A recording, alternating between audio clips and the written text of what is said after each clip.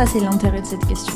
Même si elle est critiquable par certains aspects, elle est très intéressante et elle a le mérite d'être posée. C'est une thématique qui est tellement transversale qu'on a très peu de dossiers dits législatifs, où on va légiférer, où on va avoir au final une directive ou un règlement.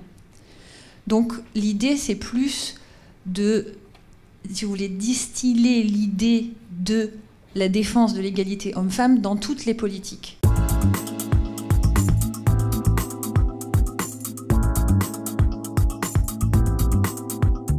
Comment faire pour faire en sorte que cette parité ou la place de la femme soit là où il le faut dans cet effet d'entraînement en matière politique? Eh bien, il faut aller effectivement dans l'application très stricte de la parité. Nous avons décidé, malgré certaines réticences, on a même eu des dissidents hommes qui n'ont pas accepté que des circonscriptions soient réservées exclusivement à une candidature féminine, mais en même temps, eh bien, c'est comme ça qu'il faut, je pense, faire pour ne pas vouloir payer l'amende. Or, c'est un regret qu'on doit avoir que, au niveau national, des partis politiques comme l'UMP ont dit « nous, on ne veut pas être dans le courage, finalement, politique, aller jusqu'au bout, et on préfère payer l'amende ». C'est trop facile, il faut le dire dans un débat comme le nôtre. C'est trop facile, il n'y a pas de raison. Donc moi je propose à celles, et notamment qui sont dans la salle ou à cette tribune, où je dirai à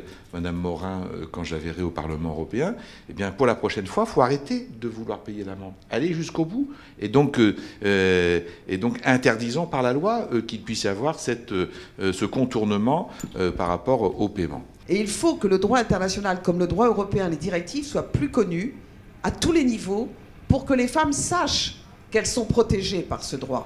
Lorsque vous avez une agression et que vous pouvez dire à quelqu'un « vous n'avez pas le droit de faire ça », c'est fondamental. Tant de femmes dans le monde n'ont même pas cette possibilité de dire à la personne qui les agresse « vous n'avez pas le droit de faire cela ». Pouvoir agir aussi auprès d'hommes et de femmes dont nous avons la responsabilité. Nous sommes employeurs de fonctionnaires territoriaux. En l'occurrence, à Caen, nous avons en responsabilité 2700 hommes et femmes. Et il y a aussi matière à travailler avec eux, avec elles, pour faire progresser l'égalité entre les hommes et les femmes au sein de notre collectivité, pour tenter, en tout cas, ou agir pour lever des freins en termes d'évolution de carrière, de formation, etc., mais aussi de sensibilisation à l'égalité entre les hommes et les femmes. Et c'est ce que j'ai proposé, initié. Là aussi, dans un premier temps, nous avons mis en place un agenda social pour être dans le dialogue permanent avec les représentants du personnel, construit autour de 5 groupes de travail. Et j'ai demandé est-ce qu'il y a un groupe spécifique consacré à l'égalité homme-femme. La première réaction de notre administration, on m'a dit « Ah mais pourquoi voulez-vous un groupe dédié à l'égalité homme-femme? Dans l'administration, l'égalité est là. » Et je dis, je souhaite, je demande, je veux qu'il y ait un groupe sur ce sujet et je vous ferai la démonstration que l'égalité peut-être existe sur le papier, mais dans la réalité, ce n'est pas le cas. De fait, donc, nous avons travaillé, on a élaboré un bilan, rédigé un bilan de situation comparée, travaillé un plan d'action pour limiter, ou en tout cas aller plutôt vers une plus grande égalité entre les femmes et les hommes. Voilà, il y a matière à agir, encore une fois, par l'information, la sensibilisation, et puis des actions très concrètes.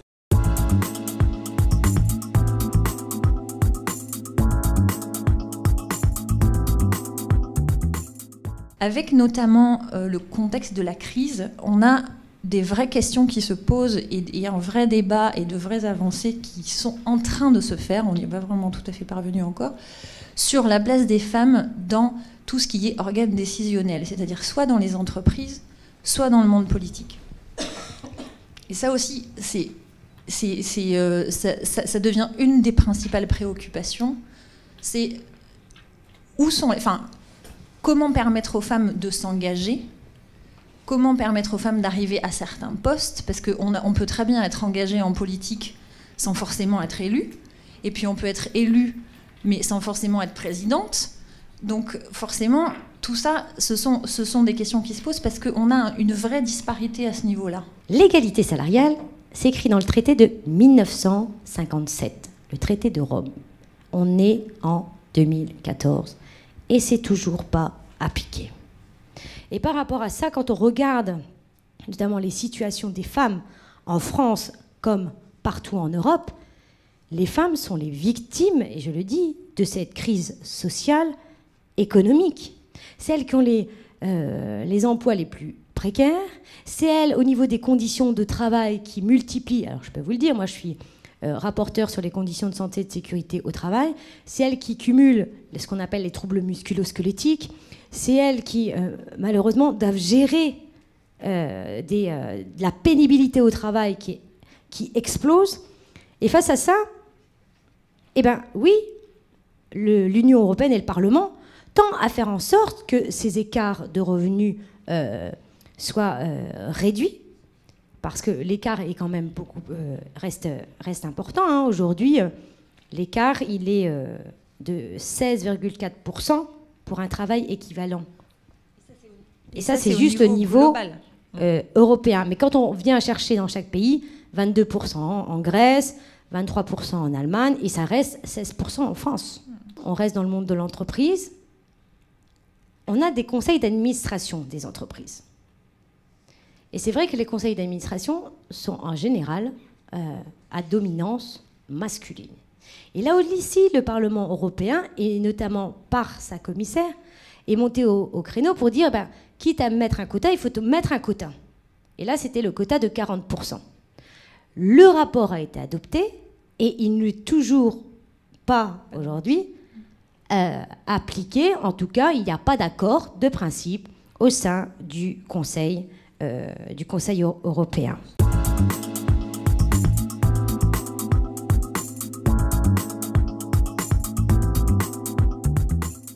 Je suis contente d'être là parce que justement, le droit des femmes, on a une journée symbolique, c'est le 8 mars, c'est la journée internationale des droits de la femme. Et j'ai lancé ce qu'on appelle un Tumblr. Un Tumblr, c'est quoi? C'est un site internet. Et je voulais dénoncer ce que moi j'ai pu ressentir, et je pense que d'autres collègues l'ont ressenti également dans ce milieu politique, où on est face parfois à beaucoup trop de machisme ou de sexisme. Par exemple, donc il y avait des photos de plusieurs collègues. Quelle est la petite phrase qu'un homme ou un collègue vous dit, mais sans s'en rendre compte? Par exemple, moi on me disait souvent votre discours il est trop technique pour une femme. Comme si cette phrase-là, on la dirait pour un homme. Il y a une collègue qui a écrit sur cette photo tu n'es pas faite pour la politique, retourne faire des coquillettes. Je ne vais pas toutes les faire, voilà. Donc c'est un site qui s'appelle Sinon on fait de la politique. Je me suis toujours sentie à ma place, légitime, ministre ou députée, ou aujourd'hui présidente d'un comité des Nations Unies.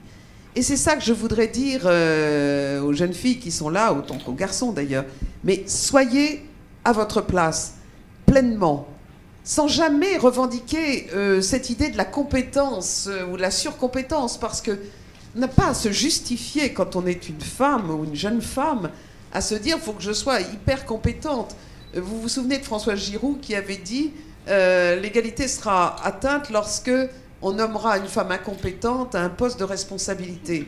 On voit bien que les femmes elles-mêmes doivent conquérir des nouveaux champs de responsabilité. Ces responsabilités sont récentes. Je rappelle qu'en France, par exemple, le droit de vote, c'est 1945. C'est hier. Et derrière le droit de vote, il y a l'investissement politique. Donc on a encore beaucoup de progrès à faire. La France n'est pas un modèle au niveau mondial. On est 65e sur l'implication politique des femmes. Donc on voit bien qu'il y a beaucoup de progrès et de marge de progression.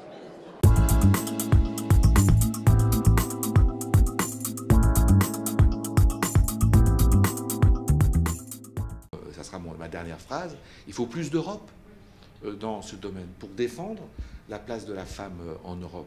Il faut que toutes les femmes qui sont ici, je pense naturellement aux plus jeunes générations, se disent non seulement c'est possible, mais moi je peux le faire. C'est pas parce que d'ailleurs on peut tout faire aujourd'hui que je dois tout faire, mais en tout cas je dois exercer ma liberté totale, pleine et entière. Je voudrais simplement conclure en disant que l'égalité, elle passe par la liberté.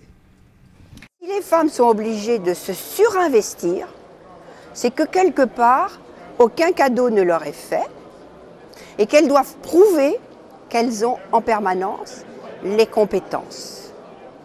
Donc il y a derrière ce surinvestissement, quelque part, une notion de compétences à prouver, donc d'inégalité entre les hommes et les femmes.